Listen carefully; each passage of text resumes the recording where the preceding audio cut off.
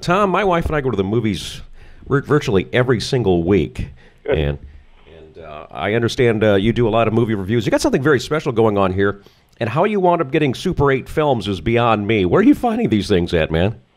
Well, I've been collecting Super 8 films for about 15 years. I've bought a couple of collections, and you can get them on eBay.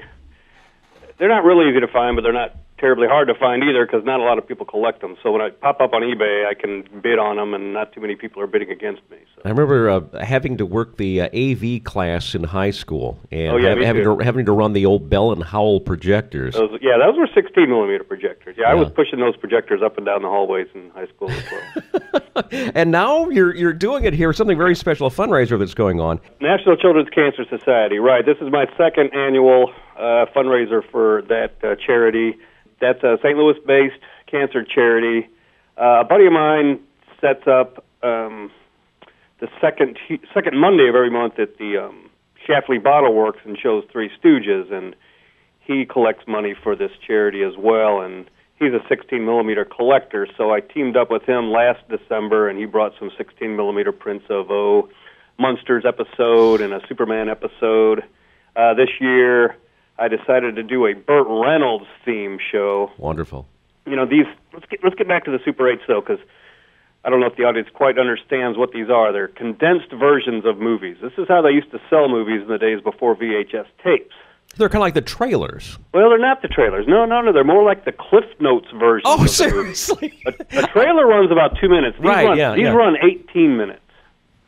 So they would take scenes from movies, they would attempt to string them together so they made sense. Sometimes they would add narration so the scenes flowed together in a more sensical way.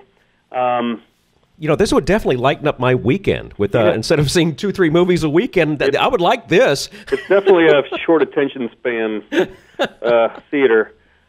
So I had, I own like 500 of these films. Oh my God! And I'm constantly doing theme shows.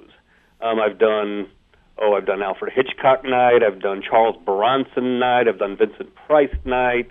I've done Clint Eastwood night. I did 70s disaster night. I've done Planet of the Apes night. I've done 3D night. I have several of these movies in 3D. What else? Giant Monster night, Boris Karloff, etc. Oh, God. So I was kind of thinking of what my next theme show should be, and I had several movies with Burt Reynolds, who I grew up. My dad and I would see every Burt Reynolds movie back in the 70s. Me too, buddy. Me too.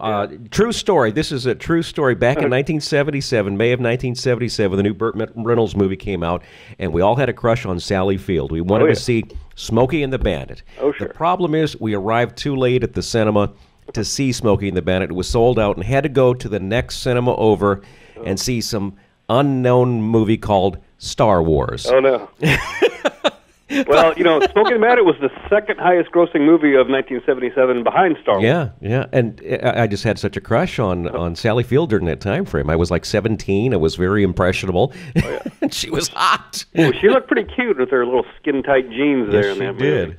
Yes, she did. But I understand that's one of the movies you're going to feature. That's what I'm getting back to. I had several of these 18-minute condensed versions on Burt Reynolds. So I went to my buddy who I teamed up with last year who collects 16-millimeter films. I said, do you have anything with Burt Reynolds? And he said he had a complete feature of Smokey and the Bandit. So what I decided to do was kind of do a double theme show. We're doing the Children's Cancer Fundraiser and a Burt Reynolds themed show. So I'm showing the complete feature of Smokey and the Bandit, and then I have condensed versions of The Longest Yard, Seamus, and 100 Rifles. 100 Rifles. Very cool.